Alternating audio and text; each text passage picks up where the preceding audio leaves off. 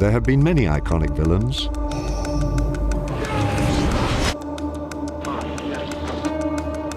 But as soon as the world met this one, he was unforgettable. But why? Call it. It's not only the obvious details of his character, it's also what he represents. Let's peel back the layers of Anton Chigurh to see how this was done. Would you hold still, please, sir?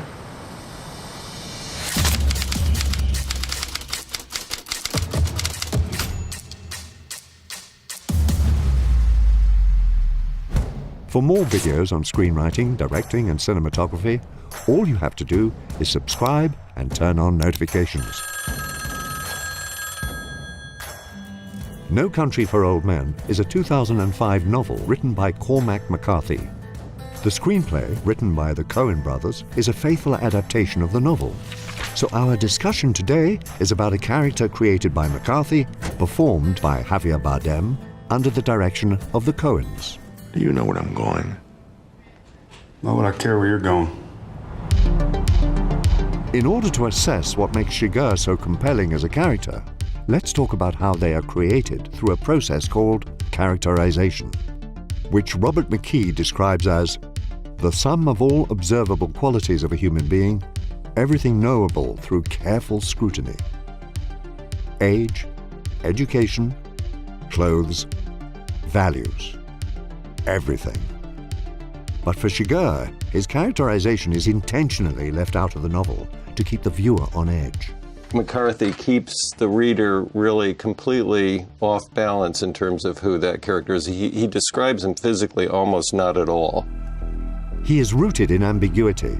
So let's start with what we can observe about him, starting with character details.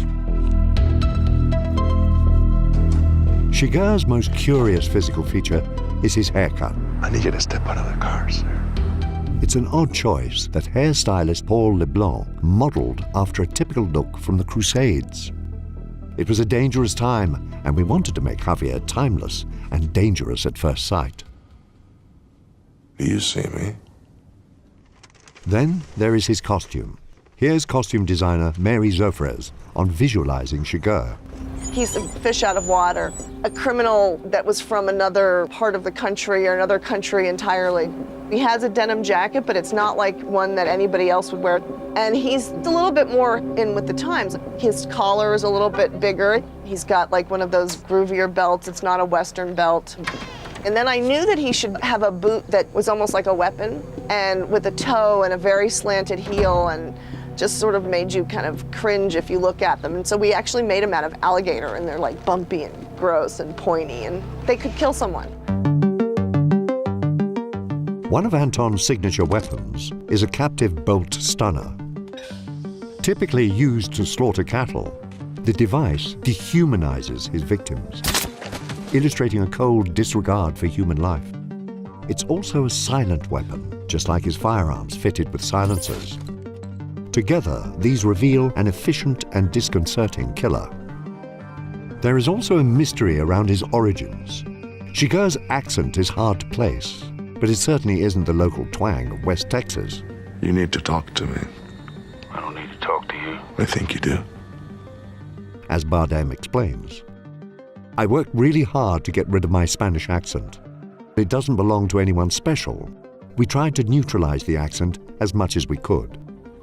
His name also suggests that he is clearly from somewhere else. His name's Chigurh. Sugar. Chigurh, Anton Chigurh. The first thing I asked Cormac when I met him was, what the kind of name etymology is was, that? right. And he said it's a name that was intentionally untraceable, sort of ethnically or in terms of nationality or any of the rest of it. All of these details help put us on edge because he can't be placed. He's unfamiliar. I know you was crazy when I saw you sitting there. Other than his outward appearance, his actions also contribute to this ambiguity.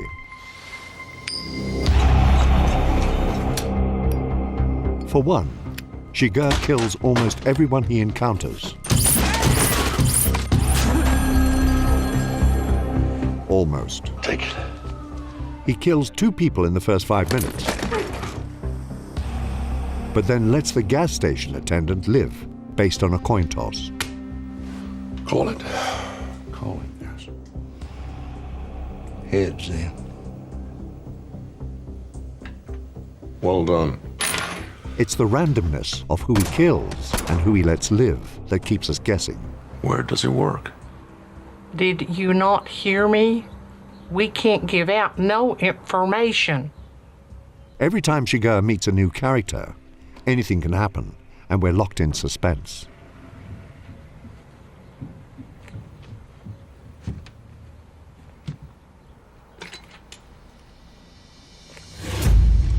There's also his relentlessness.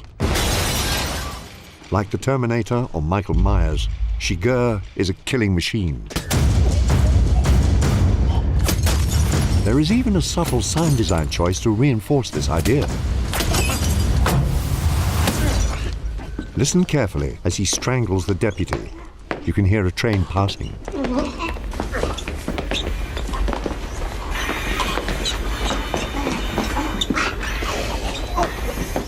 Here's supervising sound editor Skip Livesey on that choice. We had to find a way to give Chigurh his normal theme with sound instead of using a piece of music, so we started experimenting with that distant thunder rumble, and that led to the train motif. The train, then, is an audible symbol for Chigurh as a direct and unstoppable force. But there are also elements that make him almost human. Inside Llewellyn's trailer, he sits with a bottle of milk, which is an odd choice for this character.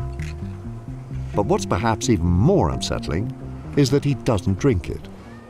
He just sits with it, like an android pretending to be human.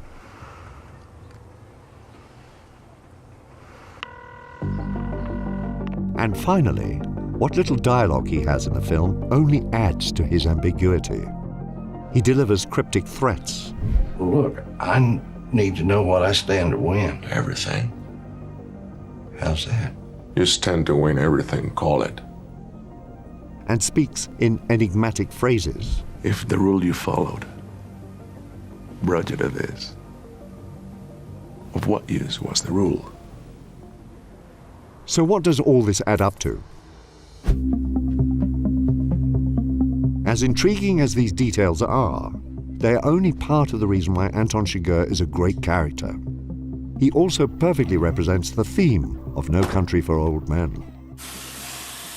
To explain this, we must first understand the function of theme in storytelling. John Truby explains why theme is so important. A great story is not simply a sequence of events or surprises designed to entertain an audience. It is a sequence of actions with moral implications and effects designed to express a larger theme. On a plot level, No Country for Old Men is a classic thriller about characters chasing a bag of money.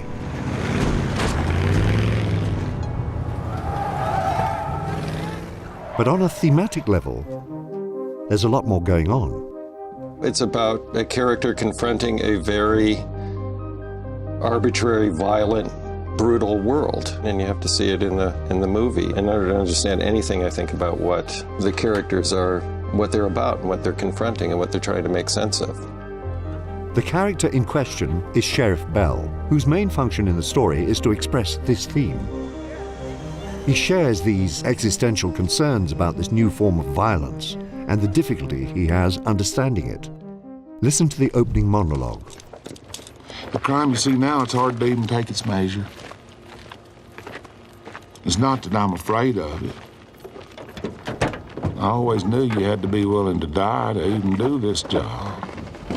But I don't want to push my chips forward and go out and meet something I don't understand. Bell pines for the past, You want a cup? for simpler times, and he feels outmatched and overwhelmed by this new, senseless violence that he doesn't understand. Money and the drugs. What's it mean? What's it leading to? And that's exactly what Chigurh represents.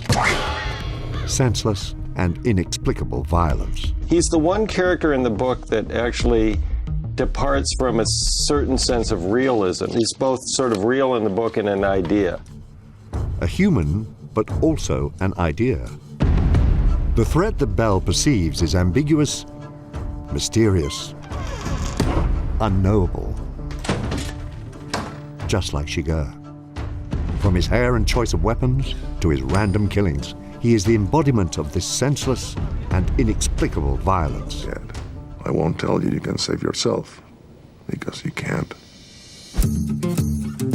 There are many layers that combine to make Anton Chigurh such an unforgettable antagonist. And this is the lesson for writers looking to craft similarly effective characters, especially villains. You can make your villain cruel, or weird, or scary. But if you can also position them at the center of your story's theme, that's when truly great storytelling is born. If you're going to write the next Anton Chigurh, you're going to need the one right tool. Studio Binder's scriptwriting software is just the ticket. By the way, Anton, where are you from? What business is it of yours where I'm from? Friendo? Never mind. That's all for now. See you in the next one, I hope. If you haven't yet, subscribe to stay in the loop for more filmmaking techniques videos, and don't forget to enable notifications.